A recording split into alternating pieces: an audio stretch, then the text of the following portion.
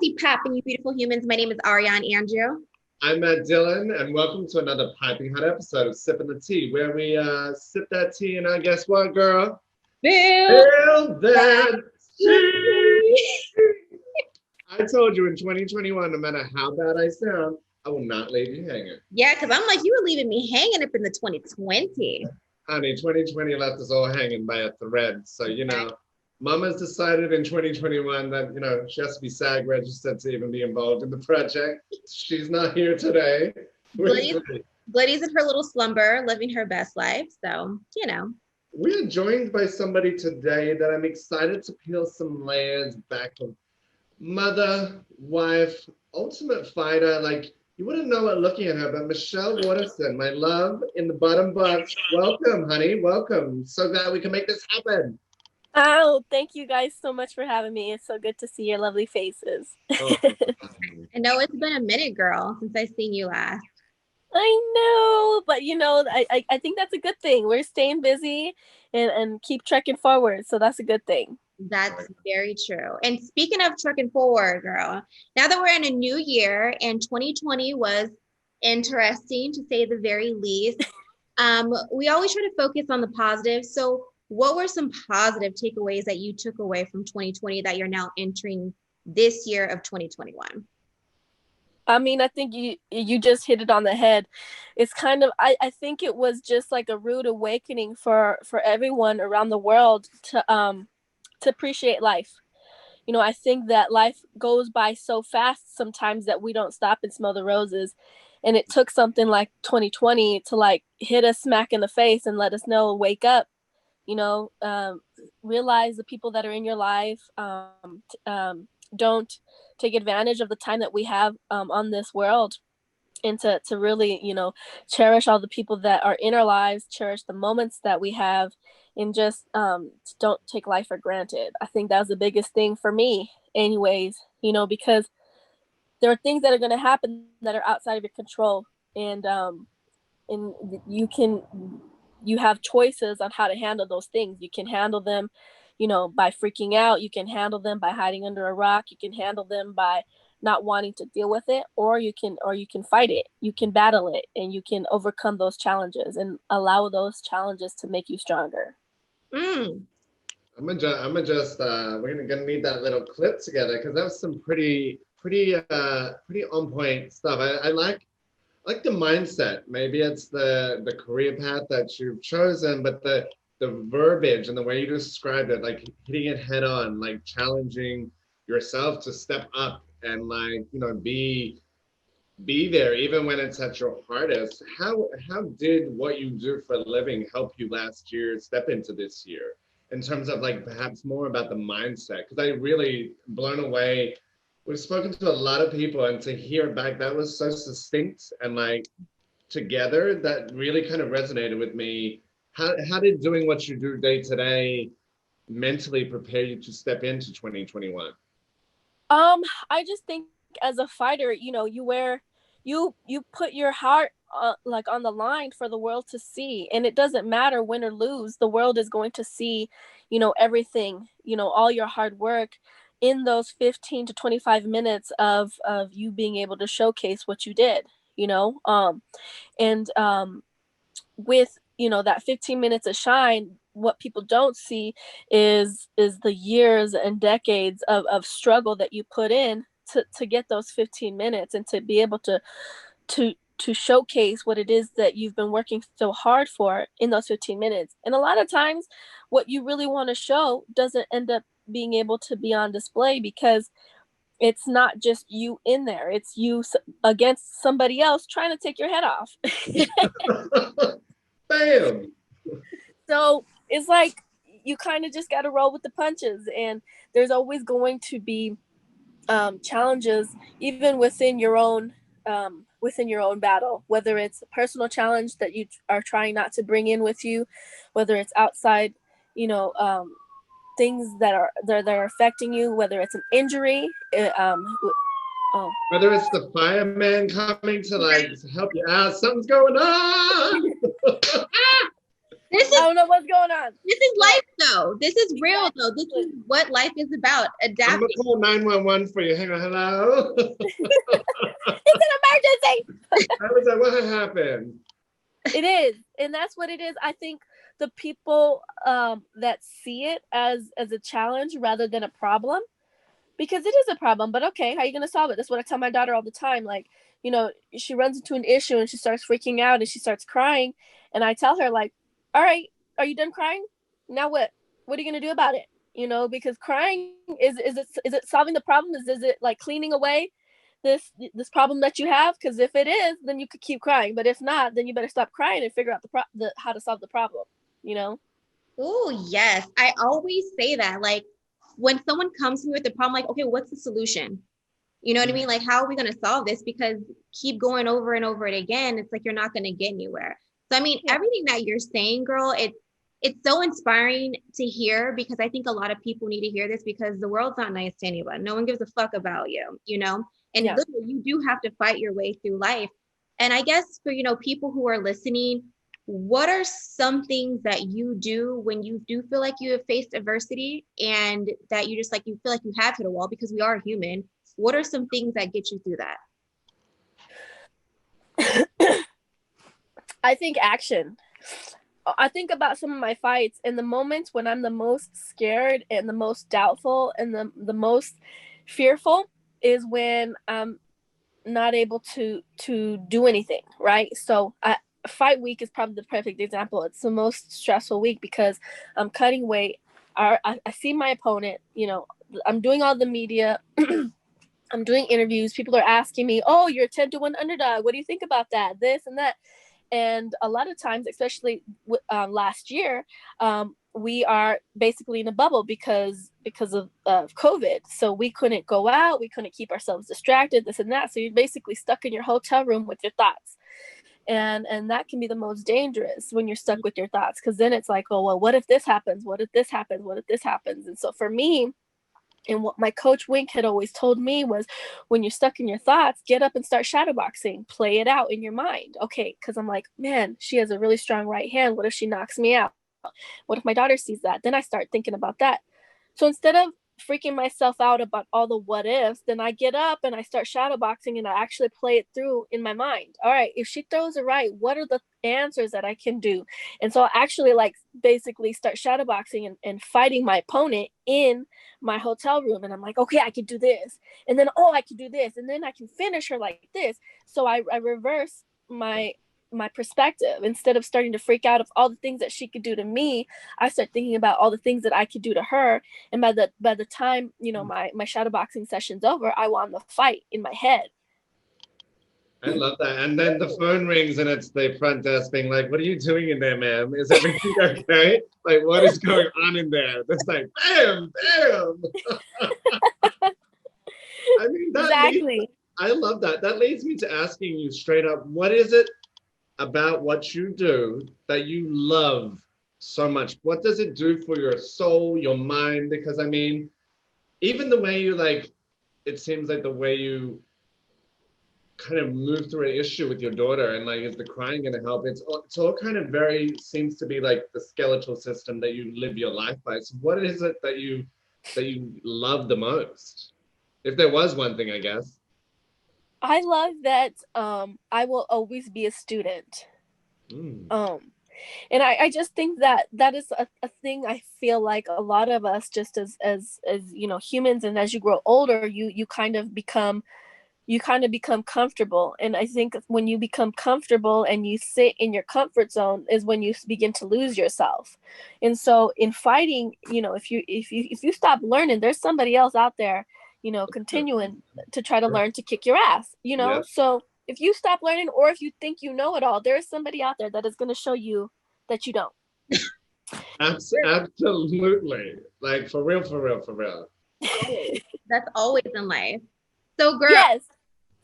We in 2021, who is a dream opponent that you would like to square up with? I want to fight the champ, you know, and whoever the champ is this year, you know, it can change, but that's my goal. My goal is to become the first champion for the UFC who is a mother. Ooh, that's bomb right there. I Yes. like that. I like that the leveling it out. I mean, like, this is what I want. This is how I'm going to do it. How do you balance not just the mental component of it, but being the wife, being a mom, and the training as well? It's like seems it's a you have picked a career though that literally needs body dedication, mental dedication. It's not like, it's not textbook situation where you can like I can cut my time into this. It's like how do you approach even like I guess an example like fight week and like who do you rely on when it comes to the kids and like the whole what's the unit look like in something like that? I definitely think it's important to have a good team behind you. And I do. My husband is, he's my other half. And my daughter, too, she's literally been with me to every single one of my fights up until COVID, where we couldn't bring her, since she was born. She's been to every single one of my fights. So she's a part of the team. My husband's a part of the team. I have a good group around me to help me get through it and to understand like it's their goal as much as it is my goal to get to the top. And I think you need a good team around you to lift you up and to help you grow and evolve. Otherwise, it's kind of like extra weight that that you have to carry. And so for sure, I think having a good team behind you and also understanding how to stay organized and prioritize your time in different circumstances. So I guess like when I'm in camp, like my priority is winning the fight. And then when I'm out of camp, my priorities shift. Yes, I'm still training, but am I training, 3 to 5 times a day and constantly focusing on that fight? No, I'm training one or twice a day, and my shift goes to my daughter because a lot of things fall on the wayside when I'm in camp because that's where my focus is. I can't go to all of her gymnastics meets, and I can't do a lot of the things. I can't work with her on on her homework. So then when I'm out of camp, my focus is on her. My focus is on building my brand outside of fighting. My focus is on doing interviews and trying to build my brand so that when I'm done fighting, I have a good foundation. So this is just it's just focusing on how to shift my priorities. I like that shift. Yeah. I mean, girl, talking to you and also like knowing you and meeting you years back, I mean, you're a woman who like has it all together. You know what I mean? Who beautiful family, the love I see with you and your husband is so cute. I'm like, I'm gonna get that one day. You guys I'm available. right? Manifest it. But you have such a strong mindset. You're a great mom, a great wife, all these things. But I know it's also taken time to get there because people only kind of show like the highlight reel, like, but everything is about steps and stories and chapters in our life. So if you could take it all the way back, what is something that you would tell your younger self? Well, I mean, just to kind of bounce off what you were saying, I don't have it all together. I'm a hot mess, like, and I do break down sometimes, and I don't have it all together sometimes, and I think it's if to be real, like it's okay. It's okay to have off days, and it's okay to feel like you don't want to get ready for the day. But just to understand that those are just moments in time, and to not let it overcome. Like a loss doesn't define me. A performance of mine isn't who I am. It is just a moment in time. Whether it's a good moment or a bad moment, it is just a moment in time. And I think it's important to understand that regardless of whatever it is that you're doing in life, is the things that you do in life and the moments that happen to you in life do not define who you are. But yeah, I just think that I would rather, take the risks, and I would rather go for it and fall flat on my face than not do it at all. Ooh, girl, preach. For real. I mean, you hit the nail on the head. I always say that the worst thing I would ever want or even the people surrounded by me, friends, family, is for a dream to live at a cemetery or something that they really wanted. It's like, you rather fail and say, at least I tried, than not try at all. Always wonder what if, you And you know? know what that links to? It's what Michelle said in the beginning and what you and I live our life on.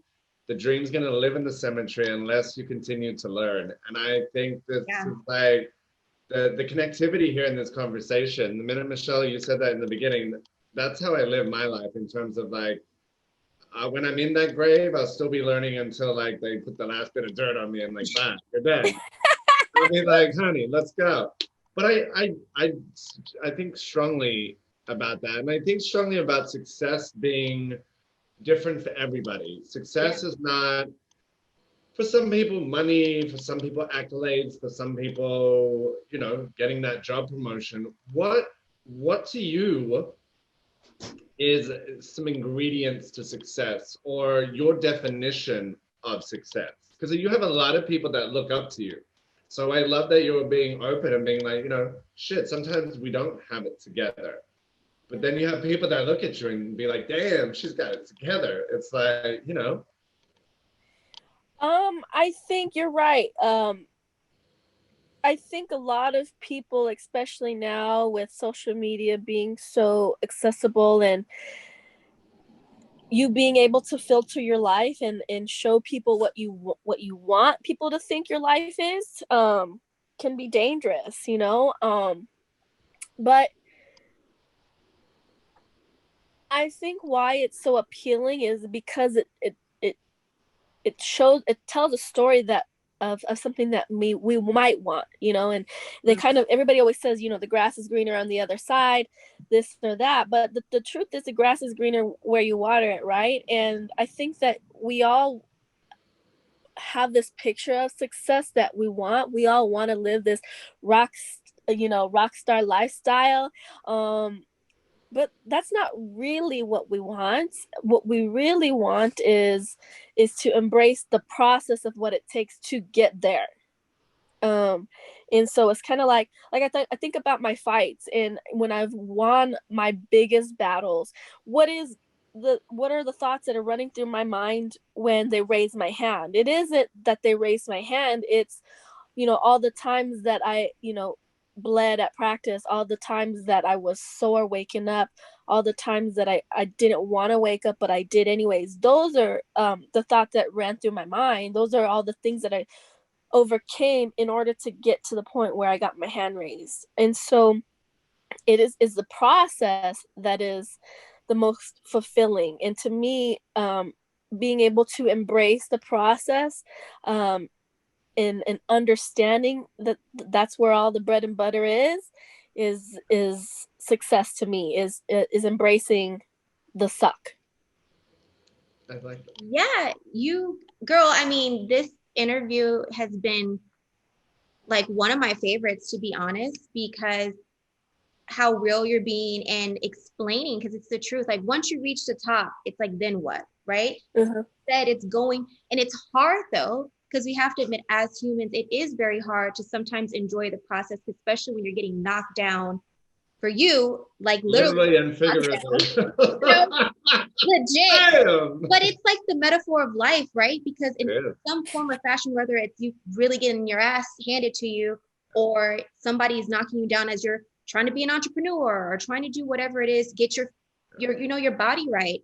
It's sometimes hard to enjoy the process. So I think that is super important that you touched on that, because it is the truth. It's not once you get there, because it's not like, okay, now what? It's to get there.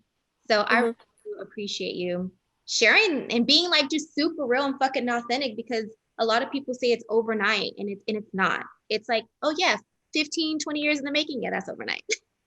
Exactly. And nobody sees that accumulation of it. Not even ourselves personally see it, because we're with ourselves every day, you know. And I think sometimes we don't give ourselves enough credit, or enough love. Is like, look how far you've come, you know. Sometimes you beat yourself up so badly because you want to get to the top of the top, but you don't take the time to look at how far you've already climbed. It's true. I think that, yeah, sometimes you got to exhale in the moment and be like, well, I'm on that journey. But it's like you forget there's stepping stones along the way, and you're just trying to step up, and like you miss the aha moments along the way. So this has been a really reflective conversation. I thoroughly enjoy your. I'll be your adopted child because I like the way you work. I like the way you work, honey. Girl, no, for real. This was great because literally I just got like some bad news. Literally, as we right about to film, and I'm like, okay, game face on. But again, it's remembering the process. But you a badass bitch, girl, and that's what you gotta remember. Game face on, and like time to go, like time to go to war. You know, it's not gonna take you down. You know, you have a choice. You can submit to it or you can fight it. So true. So true. Absolutely. So before we close out, anything besides stepping in the ring that you want to share that, you know, some goals for, you know, what you see for the year 2021, girl? What you got brewing, girl? What you got brewing? I have so many goals and aspirations. You know, obviously, like I told you guys earlier, being the champ for the UFC is one of my goals. Also, I want to get behind the desk. I want to do some commentating for the UFC. I want to get into some, you know, some action movies. I think that'd be really, really cool. And then being able to, you know, travel. I don't know if that's even is that even something we can do? The little things in life, right? The little things that we want to do that we miss. I need to see you do a TED Talk. Now that's what I would like to see for you. Yeah. I would love to see you up on a world stage doing a big TED Talk. Because I think you're very relatable to people. I think that you know, the bells and whistles are gone and it's just you talking. I love that. I think that, yeah, I definitely agree with you, Ari. This has definitely been very uplifting. And needed. It definitely kicked, you know, today in my butt to be like, oh, you know, you got this, girl. Get knocked down and get back up. Like, what's popping? You do got it. I think we should do some rapid, honey. Let's do some rapid. Okay, 3 words that describe you. 3 words. What? I would say driven. What did you say? I was like, I would say I'm driven. I would say that I am compassionate, and I would say that I am, I don't know, gosh, this is hard. Free-spirited. Okay. There we go. It's free-spirited. It's a hyphenate word, isn't it? She's giving us 4 words. She's like, it's all good. What if you could teach one subject in school? What would it be? Martial arts. I think everybody should know martial arts in life. I think that would eliminate bullying. Oh, speak on that a little bit. I like the way. Let's extend the episode for a minute. I know we're in the rapid, but that's an interesting point. Why?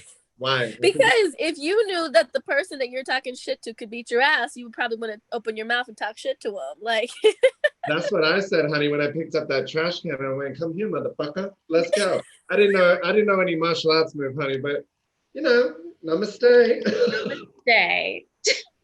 Okay. So many martial artists that I know are the most humble people because they know, like, they've been humbled before, and they understand. You know, I think a lot of people that are bullies because they have issues themselves, and I think through martial arts you learn how to hash out those issues. That's true. You know what? F the rapid fire. We gonna end on that note right there. That was a boom. So, girl, for people who are living under a motherfucking rock and don't know who you are, please let everybody know where they can follow you at and to watch your space. So I'm probably the most active on my Instagram, and it's Karate Hottie MMA, and that's just across the board. I live for that, honey. And where can people follow you at, Mr. Matt? You can follow me at Matt Dillon 1983 and Lady Love, and yourself. You guys can follow me across the board at Ariane Andrew. And I don't know where you can follow this here because it's doing its own thing today. But you can definitely follow Sippin' the Tea and Instagram on Sippin' the Tea TV show and on Twitter at Sippin' the Tea TV1. And of course, we gonna catch y'all same time, same place of another episode of Sippin' the Tea TV show. Ooh. Bye, guys.